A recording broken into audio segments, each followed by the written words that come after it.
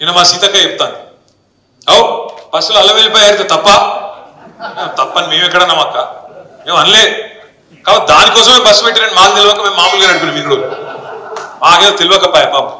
మీరు అప్పుడే చెప్తే బాగుండు బస్సుల కుట్లు అలికెళ్ళితే మేము తప్పని మేము ఎందుకంటాం అక్క ఎక్కువ పెట్టు బస్సులు తన్నుకుంటారు మంచిగా లేదు పెట్టు మనిషికో బస్సు పెట్టు మేము ఎందుకు అంతట మనిషికో బస్సు పెట్టు మంచిగా అంత కుటుంబం పోయి మంచిగా కుట్లు అల్లికలు అవసరమైతే బ్రేక్ డాన్సులు రికార్డింగ్ ఏం చెప్తారో చేయరు మేము ఎందుకు అంతట ఏమంటారు చేయండి కానీ ఇట్లా ఈ రకంగా బస్సులలో కొట్టుకునే పరిస్థితి ఎప్పుడైనా ఉన్నారా కేసీఆర్ ఉన్నప్పుడు సీట్ల కోసం కొట్టుకున్నాడు సిగలు పట్టుకున్నాడు గుద్దుకున్నాడు ఎన్నెన్ని చూస్తున్నాం కొత్త బస్సు అన్నారు ఇలా బస్సు పరిస్థితి ఎట్లుందో మీరే చూస్తున్నారు ఆఖరికి ఆర్టీసీ కార్మికులు డ్రైవర్లు కండక్టర్లు వాళ్ళని ఎత్తిపట్టుకునే పరిస్థితి వచ్చింది ఇక్కడ వాళ్ళ సీట్లకి వెళ్ళి నువ్వు కూడా కూర్చుంటారు ఇవ్వాలని ఈ పరిస్థితి బస్సు అట్లా మహిళలకు కూడా ఇలా వ్యవహారం అర్థమైంది అని అడిగిన దానికి ఆయన బ్రేక్ డాన్స్ కూడా చేసుకోండి కుటుంబాలు అంటే నీకు ఆడవాళ్ళంటే ఇవాళ ఒక గౌరవం లేదు మేము ఇచ్చేటువంటి పథకాల మీద ఒక కక్కుర్తితోటి ఆడవాళ్ళని అత్యంత కించపరిచే విధంగా బ్రేక్ డాన్సర్లుగా కుటుంబాలు వచ్చి బ్రేక్ డాన్సులు చేసుకోండి అంటే మీ బుర్రంతా కూడా గత 10 సంవత్సరాలు మరి హైదరాబాదులలో క్లబ్బులు పబ్బులు బ్రేక్ డాన్సులు ఇలాంటి ఎంకరేజ్ చేసిన చరిత్ర మీది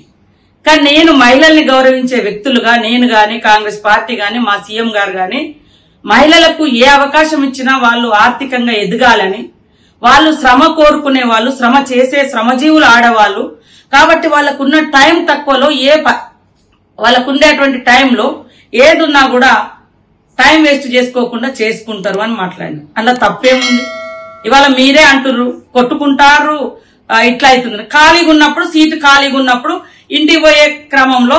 సరే వాళ్ళ ఇంటికాడ పోయి చేసుకునే పనులు బస్సులో కూర్చొని చేసుకుంటున్నారు ఇతరికి డిస్టర్బెన్స్ కాకుండా దాన్ని మాట్లాడితే మీరు బ్రేక్ డాన్సులతోటి ఆడవాళ్ళని పోల్చడం అంటే ఇంతకంటే దుర్మార్గం ఏమైనా ఉందా ఒక్కసారి మహిళలు ఆలోచించాలి మహిళా లోకం ఆలోచించాలి ఏం మాట్లాడుతున్నారు కేటీఆర్ వాళ్ళ పార్టీ ఉచిత బస్సు ప్రయాణం అంటే మీకు నచ్చదు గృహజ్యోతి పథకం ద్వారా పేదవాళ్లకు మరి 200 యూనిట్ల కరెంట్ ఇస్తే నచ్చదు గ్యాస్ సిలిండర్ 500కి ఇస్తే నచ్చదు పేదలకు లబ్ధి చేసే ఏ పథకాలు నచ్చవు మీకు గుట్టలకు పుట్టలకు వందల వేల ఎకరాల ఫామ్ హౌస్లకు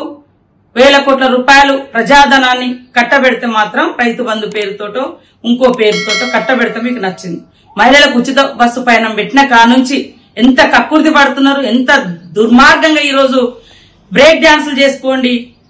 అనే మాట నీకు ఏ రకంగా వచ్చిందని నేను అడుగుతా ఉన్నా